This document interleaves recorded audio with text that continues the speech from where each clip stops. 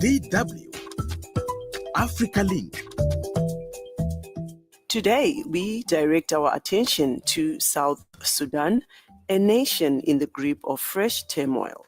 The recent charging of first Vice President Riek Machar with treason, murder, and crimes against humanity over the White Army militia attacks in Nasir has escalated the crisis. Machar, who has been under house arrest since March, denies these charges, as does his party, the SPLM-IO, who see them as a ploy to weaken the 2018 peace deal. The opposition has urged citizens to resist what they see as an attempt to impose one tribe rule, raising fears that the fragile stability achieved since the civil war could be in jeopardy. That's what's coming up. Stay tuned as we explore this critical situation. My name is Josephine Mahachi. Welcome to Africa Link, the podcast that connects you to the stories that matter from and on Africa. Africa Link, every weekday here on DW. The roots of the current crisis trace back to South Sudan's long-standing power struggle between President Salva Kiir and his rival Riek Machar. Their rivalry ignited the devastating 2013 to 2018 civil war, largely fought along ethnic lines between Kiir's Dinka and Machar's Nuer communities, killing hundreds of thousands and displacing millions. A fragile 2018 peace agreement brought Machar back as first vice president, but mistrust has persisted with delayed reforms and sporadic clashes straining the deal. The latest flashpoint came in March 2025 when fighters from the Nuer White Army militia attacked Nasir, prompting the government to accuse Machar of orchestrating the assault, charges he and his supporters reject as a bid to sideline him and tighten Kiir's hold on power. Now, to discuss this further, I'm joined by DW's correspondent Michael Atit and Stephen Robo Musa, the regional director of SEPO, a community empowerment organization focused on progress. I'll start with you, Michael Atit, as our correspondent. If you can walk us through the events leading to Riek Machar's indictment and house arrest, and also just a brief overview of exactly what is happening in the country. Thank you so much for this opportunity. What is happening in South Sudan is even surprising to many South Sudanese after what is so-called a revitalized peace agreement that has been signed in 2018. And then after the formation of the National Transitional Government, many South Sudanese were hopeful that everything is going to be okay. But then at a certain point, the national government started also dragging their feet among themselves. There has been some accusation against the SPLM-IO, which is one of the signatories of the peace agreement, that they are supporting some local militias deep into the Upper Nile, that this militia group is linked to first Vice President Riek Machar, even though the IO or the Machar himself repeated this on several occasions, that his troops have nothing to do with this local militia group. So in March, people just got surprised with the government that the Machar is having a link, and top other officials from the SPLM-IO, including the Minister of Petroleum, that they have a link with the militia, what's so-called White Army in Upper Nile, and that the event took place. The White Army had attacked the military in Nasir, and a lot of bloodshed happened there. So from that moment, the government started arresting Machar and the other group, and also put them in the house arrest. That story that came out.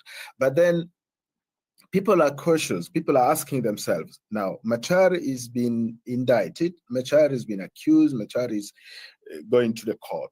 Now, how will be the possibility of implementing the peace agreement from now onwards? Since the other party is already being convicted or is being charged with so many crimes, how are you going to continue implementing this peace process on your own going forward? That is the big question that many South Sudanese are asking. We are still waiting, as many South Sudanese are waiting to see the announcement of when the process, the procedure for the for the court is going to start. So that is the scenario currently we are in. Right. Now, turning to you, Stephen, from looking at the civil society organizations, I also don't know if you want to add something from what Michael has said, but how are the civil society organizations navigating this tense environment? Are they able to operate freely and advocate for peace and justice? Thank you so much for this. And I like the narrative that my colleague Michael has put, and that is exactly the situation on ground. In reality, when it comes to the civil society operation across the country, it is limited.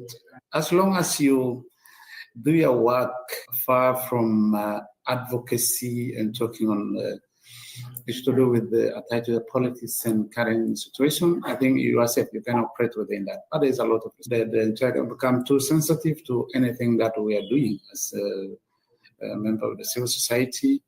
So we have very few individuals or organizations so that they are able to raise their voices, but those voices are calculated. So some of colleagues in the other states, they cannot really operate freely as it is, simply because the current situation is too complex and predictable, and it's not easy really to operate as a free civil society who might be doing the governance or peace building program. So once you come to that advocacy things, raising critical issue, now it become a target. Mm-hmm. And let's talk about the peace agreement itself. I mean, obviously, as activists, you advocate for peace, you advocate for justice, you advocate for at least human rights to be respected in different communities. But do you foresee this happening, Stephen, in South Sudan? When if you take the revitalized peace agreement, we have it stuck. We are not moving on. And if we give the percentage before the arrest of Machar, we are considering it was 40%, But now we're talking about less than 40, 30, maybe 25, looking at the agreement, because now it's become like only one party who's dominating everything. And that put the entire agreement in very difficult situation, So that is one thing when you talk about the revitalized peace agreement. And then you have also subnational conflicts that also take a lot of energy and a lot of resources as well, is unresolved, because that one is interconnected with having the national peace and peace agreement. If you do that one implemented, everything would be okay. So it is, again, things are not easy as in the way how we can perceive. We advocate, yes, we call for women's rights, yes, but if you look at the higher leadership, especially the states level, where all the governorship have been managed by men, though SPLM-IO, out of the 3 states, were having one female after being removed, replaced by men, so the entire states have been managed by men. So parties, even themselves, they are not adhering to what they have aimed to, So it is not an easy process. Now to you, Michael, just to find out also even the response from the citizens themselves, if they believe the charges against Machar are justified, are they politically motivated, or I don't know, just to ask what people are saying. Do these charges reflect genuine accountability efforts?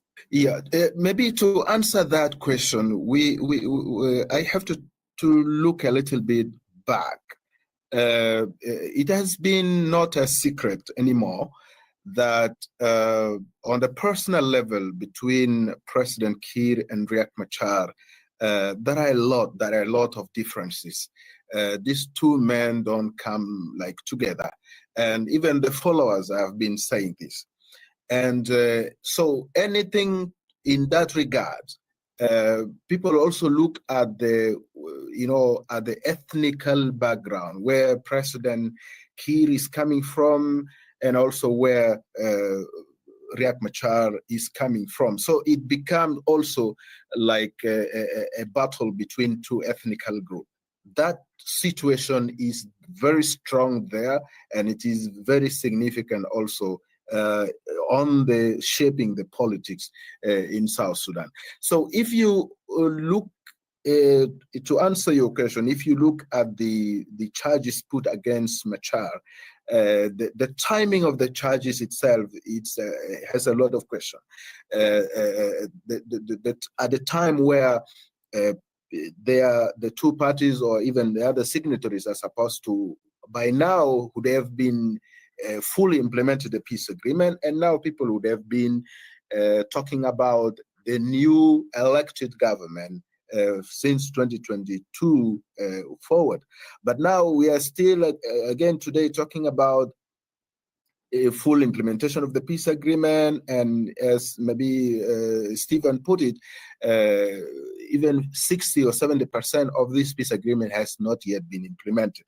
So if you put this together, looking at the charges at this time, you look at it as something politically motivated. You smell something political there, because as people are moving towards December 2026, where the anticipated national election is coming, there are a lot of political maneuver, political, movement that is supposed to take place.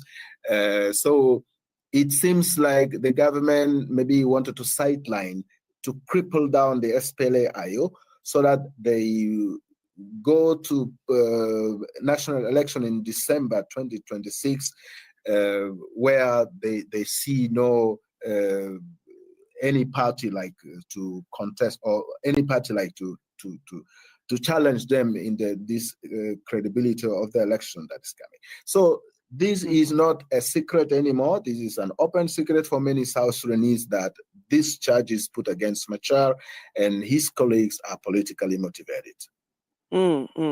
Now, Stephen, from your end as well, what has been the reaction from civil society and ordinary citizens to this development, and what are the possible scenarios for South Sudan in the coming months? Are we looking at escalation, negotiation, or reform? Yes, yeah. The fact remain the same. As a member of the civil society, we have been very clear from day one that the two parties are able to work together. And this is what we have learned, even at the state level. You see very clear where they give governor from IO, you have the deputy, who might be from SPLM. You don't have that, respect for one another. That shows already they were unable to work together.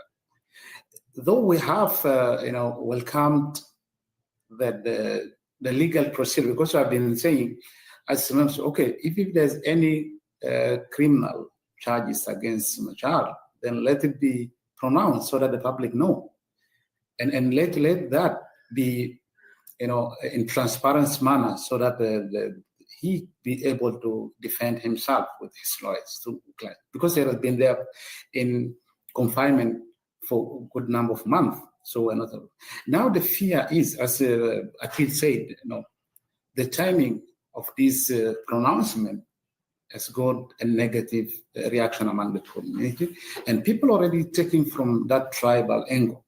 That is our fear.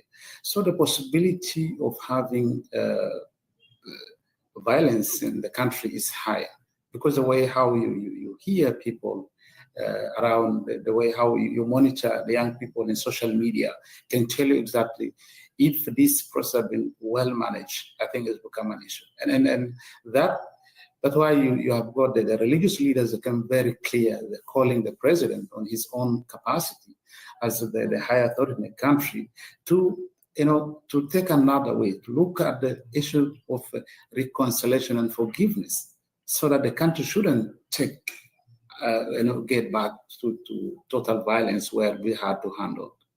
And Stephen, still with you, what impact could international pressure or sanctions have on the government's handling of opposition voices, in your opinion? I think the pressure at a certain moment, a certain point, it help a certain point. But what we have learned from the regional international communities, I think there's issue for the interest here. I think they have low interest in South Sudan and have to put an end to this. Because also we've had this issue of the sanction, we hear about those threats. But when it comes to the practical things, you get it's not so effective. I think there's something need to be done more than that. We believe in having an engagement that goes beyond sanction, something that goes beyond on the pressure. It is something that's really tangible, so that we'll have a solution to this. Because how many sanctions so far have been put on some individual, but they still continue serving in the government. They still continue doing with the same business as usual. So I think there's something to be done more than that. That's why we as a member of the civil society, keep on pushing on what is so-called the homegrown solution. How can the civil society be empowered to get the relief harder from their own perspective? Because it is where we live. It is where we have the future of the coming generation. So it is our country at the end of the day. We need to take the kind of ownership so that we push our leaders to go for peaceful solution instead of confrontations. Right. And Michael, what does this mean for the SPLM-AIO's role in the peace process? I hear both of you keep talking about, obviously, the peace agreement and also looking at the upcoming elections. A few days ago, there was a statement issued by the acting chairman of the SPLM-IO, and we have seen those statements circulating on social media. They have stated clearly that the peace agreement is no longer legitimate because the government party, the SPLM-IG, for example, decided to eliminate them from the process and decided to put their chairman into house arrest and taking him through this court process. So for SPLM-IO at this time, for them, they think the peace process is already dead. And even within the SPLM-IO house itself, they are now split into two. And politically, if you look at it very keen, that is already a weak point, because if the IG is able to divide their house into two groups, that means there is no unity, there is no, they are no longer stronger in the political sense. So the government is trying to now to go forward to implement the peace agreement with the other split group, which is a little bit going to get a lot of difficulties and challenges ahead, because the signatories to the agreement is in the name of Machar, and they have a lot of a say in implementation of the peace agreement, in the decision, into issue of the trust building, issue of reconciliation and all. But with this new group coming in, I think they are going to get a lot of challenges ahead of the time, if not now, but at least before election or even during the election time, there will be a lot of issues. Right. And how is the local media, Michael, covering this crisis? Are journalists facing pressure or censorship in the country? Our hope in media field is this process should be open to the media. We should get a free space, a free environment where journalists are able to cover the process ethically. They're able to interview the accused. They are able to interview maybe defense personnel. They're able to interview even to get reaction of the citizens, because the South Sudanese have a lot in them to say about what the process is going on. But if the government decided to block the media or decided to put some restrictions in this process, definitely will have an impact even on the ground on South Sudanese. What I would like to encourage South Sudanese not to do is the social media propaganda. We have seen, even during the Nasir incident, we have seen a lot of videos and images on social media, even some of them in the local dialect that I cannot interpret, or but you can see the body language telling you there is something wrong. We don't want to see that. We don't want to see that, because as long as that continues, that will agitate a lot of incitement, and that would definitely lead to another crisis that the country like South Sudan does not want this at this time, because our people have suffered enough, and I think there is a chance that our leaders need to do at least something tangible so that South Sudanese enjoy their country, enjoy their independence. We are still proud of ourselves that we are an independent country, yes, and we are a newest created country in the world, yes. But then if you come on the ground and ask South Sudanese today, you might get a different story, and that is a little bit a setback to many South Sudanese. Right. I was going to ask you to, as we conclude our discussion, to give some advice as a journalist to other journalists and other citizens. So you've already done that. Now, as we wrap up our discussion, Stephen, what would a peaceful resolution look like, and what steps are needed to get there?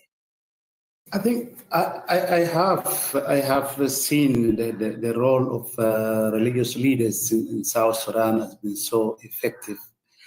Starting from the time of struggle, where the religious leaders have been in central, positions, and escalating and bringing people together. So I think this, for me, is a high time that the religious leaders, with their moral power, coming in to really engage our leaders in South Sudan, and with support of the civil society and the international community, so that we should be really homegrown solutions, so that which may lead us to permanent peace and stability in this country. And I would like to amplify what my colleague Michael said. I think some leaders manipulating young people who are behind the screen on social media, trying to promote this negative propaganda and escalating the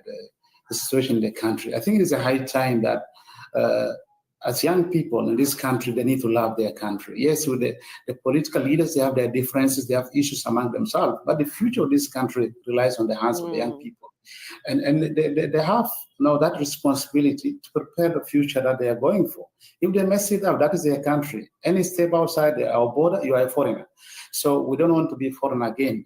We have been refugees, we have been outside this country, but it's the right time for us to build this country, regardless of what is happening. DW's correspondent Michael Atit and Stephen Robo Musa, the SEPO Regional Coordinator, a Community Empowerment for Progress organization. Many thanks for joining us. South Sudan's path forward depends on turning crisis into dialogue, much like Sierra Leone, Rwanda, and Liberia, which overcame deep divisions through reconciliation, reform, and inclusive governance. That's it for this edition of Africa Link. Remember, you are not just a listener, but a crucial part of our community, and your engagement is crucial in shaping the direction of our discussions. We value your insights and encourage you to share your thoughts with us. Remember, you can find all of the Africa Link podcast episodes on Spotify and Apple, or wherever you listen to your podcasts from. This episode was co-produced and edited by Isaac Mugabi. My name is Josephine Mahachi. Thanks for listening. Until the next one, it's bye for now. DW, made for minds.